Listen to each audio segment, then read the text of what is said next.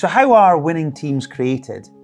I find this a useful exercise really just to share with clients so that they can get a good understanding of what it is that we're looking for in the people that we bring into the team. Because what we're looking for really is a good fit within the team, so the values, the behaviours that are expected within the team.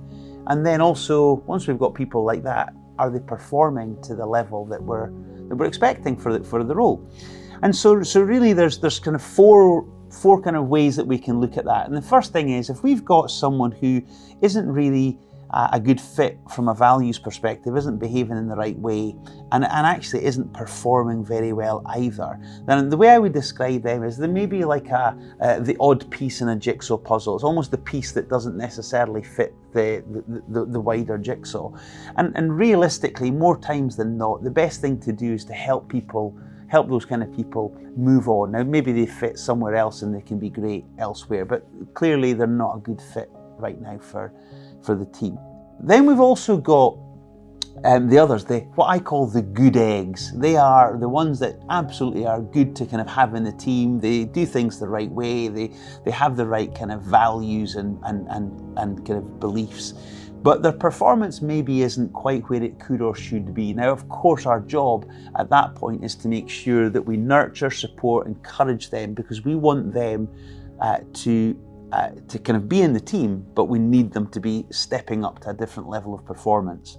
Then we've got people, and this is definitely the case, I've heard it so many times, where we've got people who can perform at a really good level. They've come in, they're doing a really good job, but they're doing it in a way that isn't quite right. It kind of grates with people. Maybe it's the salesperson who's smashing the targets, but is pretty much trampling over everyone to get them.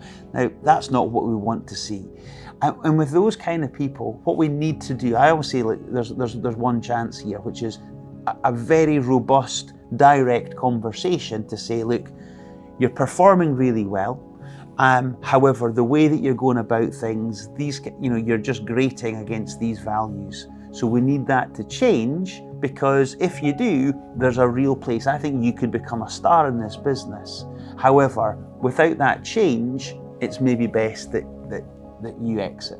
So those people are probably best characterized by the image of the square peg in the round hole. And then we've got the stars. They are clearly the people who are a really good fit for the team. They work well with the team. They go about things in the right way. They're the kind of people that, frankly, if you were to run an advert for your business, you could put them up there that says they represent the company well, because they're a good egg, and also they're performing well. In their current role, they are performing well. Now, they're the stars.